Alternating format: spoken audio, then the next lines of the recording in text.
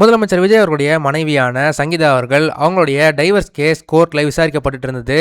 ஆனா அதோட முடிவுல கடைசியா சங்கீதா அவர்கள் அந்த டைவர்ஸ் கேஸை வித்ட்ரா பண்ணுகிறதா அபிஷியலா அவங்க அனௌன்ஸ் பண்ணிருக்காங்க. இந்த விஷயம் ஒட்டுமொத்த தாவேகா தொண்டர்களுக்கும் விஜய் ரசிகர்களுக்கும் ரொம்பவே சந்தோஷத்தை கொடுத்திருக்கு. உங்கள் சத்யாவில் இப்பொழுது ஆடி அதிரடி தள்ளுபடி. முதலமைச்சர் விஜயோடைய மனைவியான சங்கீதா அவர்கள் சில மாதங்களுக்கு முன்னாடி கோர்ட்ல டைவர்ஸ் கேஸ்க்கு அப்ளை பண்ணியிருந்தாங்க. அதற்கு காரணமா அவர் என்ன சொல்லியிருந்தாங்கன்னா, விஜய் அவர்கள் எனக்கு தெரியாமலேயே பல வருட காலமா அவர் திருமணம் தாண்டிய உறவுல இருந்திருக்கிறாரு. அதே போல சில சமயங்கள்ல என்னை குடிச்சிட்டு அடிப்பாரு அப்படின்ற மாதிரி பல விஷயங்களை அந்த டைவர்ஸ் கேஸ்ல அவங்க சொல்லியிருந்தாங்க.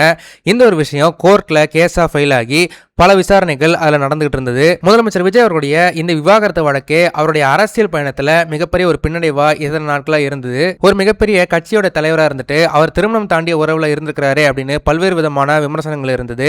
இது ஒரு பக்கம் இருந்தாலுமே விஜய் அவர்களுடைய ரசிகர்களும் தாவேகா தொண்டர்களுமே விஜய் அவர்களும் அவருடைய மனைவி சங்கீதாவும் கடைசியில் ஒன்னா சேர்ந்துடணும், எல்லா பிரச்சனையும் சால்வ் ஆகணும் அப்படின்ற மாதிரி பல பேர் எண்ணிட்டு இருந்தாங்க. இப்போ விஜய் ரசிகர்களுக்கும் தாவேகா தொண்டர்களுக்கும் இன்பதிர்ச்சி கொடுக்குற மாதிரி அவருடைய மனைவியான சங்கீதா இந்த டைவர்ஸ் கேஸை அவங்க கோர்ட்ல இருந்து வித்ட்ரா பண்ணிட்டாங்க. இன்னைக்கு தமிழக சட்டப்பேரவையில் பொது விவாதம் நடந்துகிட்டு இருந்துச்சு. எப்பவுமே சட்டப்பேரவையில் முழு நாள் இருக்கக்கூடிய முதலமைச்சர் விஜய் அவர்கள் இன்னைக்கு பாதியிலே கிளம்பிட்டாரு. அதற்கு காரணம் இந்த விவாகரத்து வழக்கு கோர்ட்ல வீடியோ கால் மூலமா விசாரிக்கப்பட்டு இருந்தது.